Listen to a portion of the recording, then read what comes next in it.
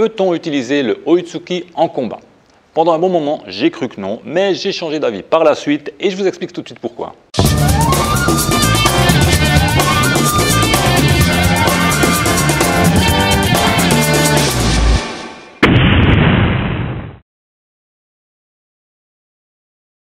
Bonjour à tous et bienvenue dans cette nouvelle vidéo.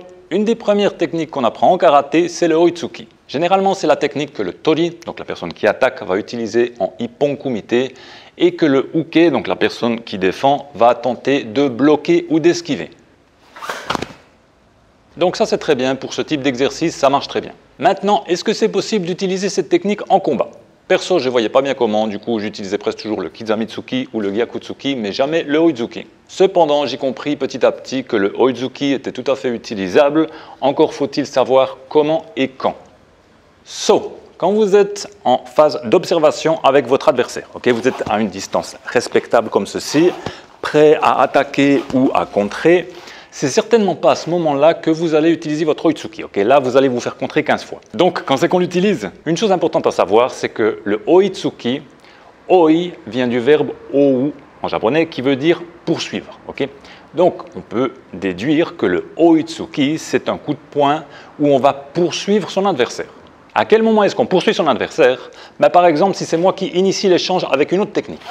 Donc, par exemple, je suis ici, je vais déjà mettre un Kizamitsuki ou un Maegeri. Imaginons par exemple, je lui mets un Maegeri comme ceci, poum, je lui mets un Maegeri, poum, il s'enfuit. Donc moi, ce que je vais faire, Maegeri, il s'enfuit. Dès que je pose le pied, boum, je vais le chercher loin avant ce Oitsuki. Je frappe, je pose, boum, et je vais le chercher avec ce Oitsuki avant qu'il s'enfuit. Encore une autre possibilité, c'est depuis ici, enlever la garde de votre adversaire. Donc je suis ici dans ma position et depuis ici, je vais, au moment où j'avance, je vais enlever sa garde et poum, aller le frapper. Donc je suis ici, j'enlève la garde, boum, et je le frappe, ce qui réduit également les chances de se faire contrer. Maintenant, il existe encore une autre variante très intéressante pour le combat, et c'est d'ailleurs cette variante que vous allez voir beaucoup plus que la première dans des sports comme le MMA par exemple. Donc dans le cas du premier Oitsuki, on est ici, donc on part en poussant avec la jambe arrière. On part en poussant avec la jambe arrière, le corps est bien droit et donc à la fin on met cet Oitsuki avec les hanches, le corps bien droit, c'est beau, c'est propre, c'est nickel. Dans le deuxième cas, on va utiliser plus le haut du corps pour s'élancer. Donc vous êtes ici dans votre kamae et depuis ici, vous allez commencer par donner le coup de poing. Vous allez donner votre coup de poing et ensuite bouger. Et c'est en fait presque un petit peu, c'est l'élan de votre coup de poing qui va vous permettre de démarrer.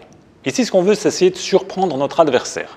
Donc du coup, contrairement au premier cas de figure, on ne va pas forcément garder le haut du corps, le tronc droit, et je vais vous montrer pourquoi. Imaginez si vous êtes ici, donc voilà, ici, je suis à distance. Si j'essaie de cueillir mon adversaire directement depuis ici, je pars comme ça, il manque quand même un petit bout. Donc comment est-ce que je vais combler ces centimètres manquants? J'ai pas le choix, je suis bien obligé de compenser par quelque chose, et ce quelque chose, ça va être en bougeant comme ça le tronc, le haut du corps. Donc je suis ici, pim poum, et depuis ici, je m'élance, bam, comme ceci, un petit peu à la manière de Superman. D'ailleurs, ça ressemble un petit peu au Superman Punch, justement, de Georges Saint-Pierre, qui était d'ailleurs très efficace, mais où il s'est lancé comme ça sur son adversaire. Et là, typiquement, pourquoi on l'appelait Superman Punch? Parce que justement, il avait le corps un peu comme ceci, incliné vers l'avant. Mais si vous voulez frapper votre adversaire immédiatement, directement avec cette technique, c'est un petit peu la seule possibilité de le faire. Maintenant, si vous voulez que ça marche, non seulement il faut avancer le tronc, mais il faut également vraiment exploser au démarrage. Vous pouvez également utiliser ça pour entamer une série d'attaques. Donc, vous êtes ici et donc vous démarrez avec votre punch et vous continuez avec une série de coups de poing. Donc, vous êtes ici, vous partez, bam, vous suivez, vous essayez, vous poursuivez votre adversaire et vous essayez de le submerger avec des attaques au poing. C'est tout pour cette vidéo. Merci de votre attention. Si vous avez aimé, n'hésitez pas à la liker, à la partager et à vous abonner à ma chaîne si ce n'est pas déjà fait. YouTube me le rendra. On se retrouve bientôt dans une prochaine vidéo. À bientôt, ciao!